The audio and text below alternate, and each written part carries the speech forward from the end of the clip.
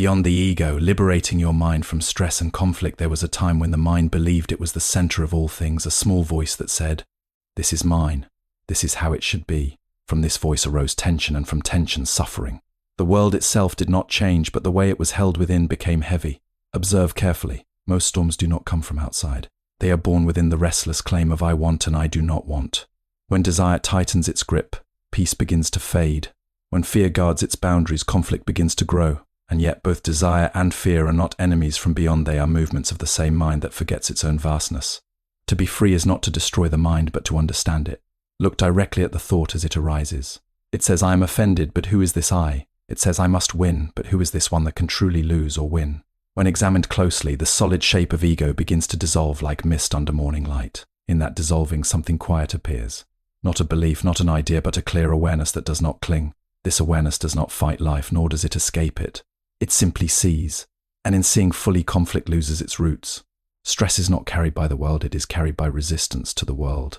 When the river is allowed to flow, there is no struggle with its movement. When emotions are allowed to arise and pass without ownership, they no longer become chains. Walk gently through experience without the burden of me and mine.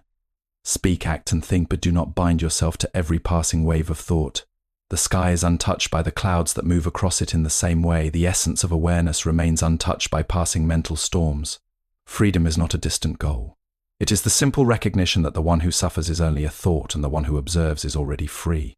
Ego is the root of inner conflict. The sense of I, me, and mine creates attachment, expectations, and ultimately stress and suffering. The sense of ego begins quietly, almost unnoticed, as a simple thought. This is me.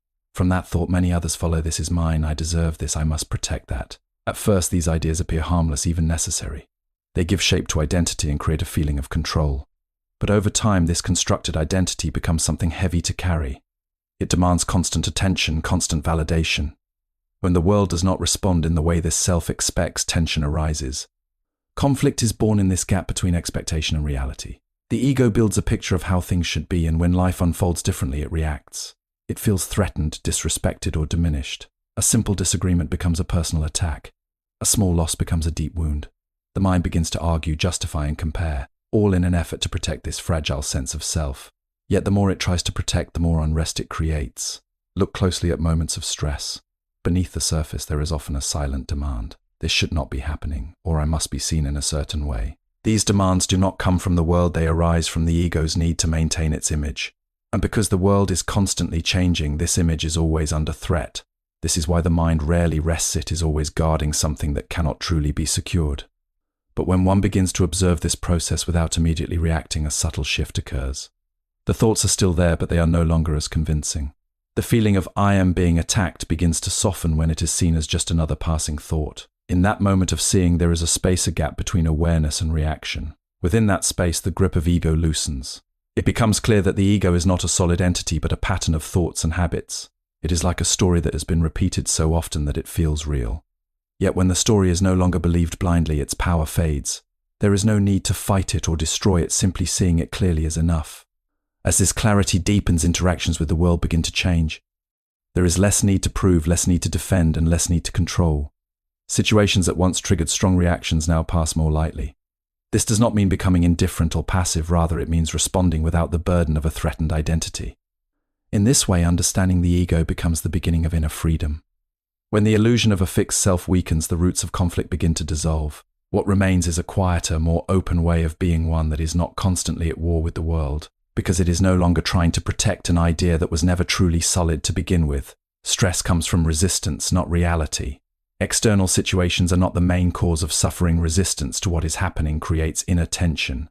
Stress is often believed to come from the weight of the world, from difficult people, uncertain situations, or unexpected changes. Yet when observed with care, it becomes clear that the world itself does not carry stress within it. Events simply unfold as they are. The tension arises in the mind's response, in its quiet refusal to accept what is already present. This refusal may be subtle, appearing as worry, frustration, or disappointment, but at its core lies resistance. The mind forms an image of how life should be. It imagines outcomes, plans moments, and builds expectations around them. When reality aligns with these expectations, there is a brief sense of ease. But when it does not, discomfort begins to grow. The thought appears. This should not be happening. That single thought creates a division between what is and what is desired. In that division, stress takes root. Consider how a river flows. It moves around rocks, bends with the land, and continues without struggle. It does not resist its path, nor does it demand a different one. In contrast, the mind often behaves as if it should control the current of life. It pushes against situations, clings to certain outcomes, and rejects others. This constant pushing and pulling creates friction, and that friction is felt as stress. Emotions themselves are not the problem. Anger, sadness, or fear arise naturally, like waves on the surface of water. They come and they go, but when the mind resists these emotions, when it says, "I should not feel this," or "this must go away," immediately the experience intensifies. The wave is no longer just a wave, it becomes something to fight against. In that fight, the mind becomes entangled. When resistance softens, something shifts. The situation may remain the same, but the inner tension begins to dissolve. Accepting what is does not mean approving of everything or giving up the desire for change. It means seeing clearly what is present without adding layers of struggle to it. From this place of clarity, action becomes more grounded and less reactive. There is a quiet strength in allowing things to be as they are, even if only for a moment. In that moment, the mind is no longer divided. It is not split between reality and expectation. This wholeness brings a sense of calm that is not dependent on circumstances. It is not fragile because it does not rely on everything going a certain way. Over time, as this way of seeing deepens, stress loses its hold. Situations still arise, challenges still appear, but they are no longer met with the same inner resistance. Life flows, and the mind learns to flow with it. In that flow, there is less struggle, and where there is less struggle, there is naturally more peace. Awareness dissolves the ego by observing thoughts and emotions without attachment. The illusion of ego begins to fade naturally. Awareness is often overlooked because it is so close, so constant, and so quiet. It does not announce itself, nor does it demand attention. Yet it is always present, observing every thought, every emotion, every reaction. When the mind is caught in its patterns, this awareness remains in the background, unnoticed. But when one begins to turn inward and observe, this silent presence becomes more apparent. Thoughts arise continuously, forming stories about who we are, what others think, and how life should unfold. Among these thoughts, the idea of a fixed self appears again and again. It says, "I am this kind of person," or "I cannot tolerate that," or "I must be seen in a certain way."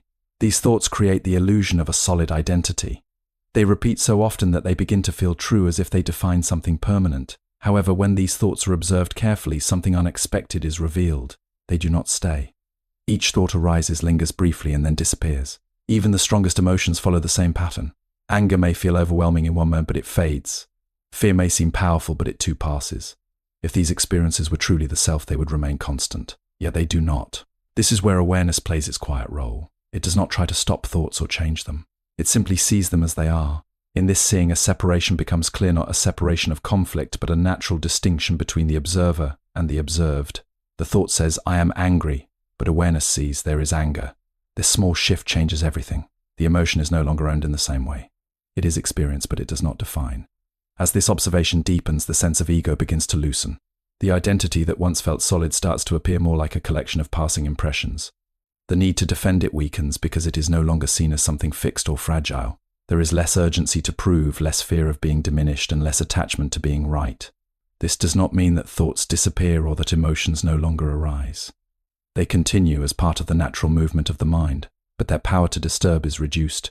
They are seen more like clouds passing through the sky, visible, sometimes intense, but never permanent. The sky itself remains open and unaffected.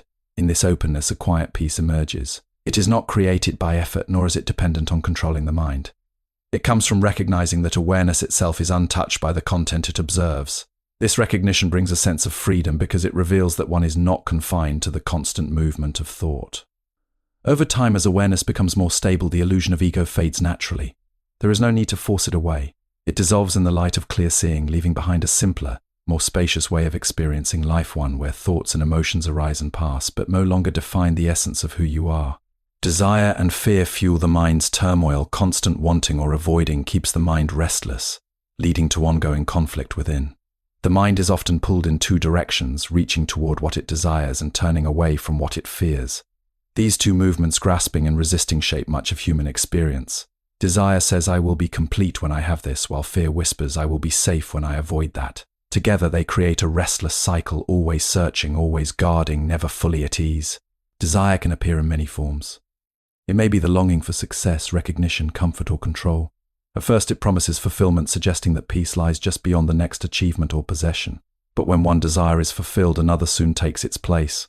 The mind rarely says, "This is enough." Instead, it continues to reach forward, creating a constant sense of incompleteness. In this way, desire keeps the mind moving but rarely allows it to rest.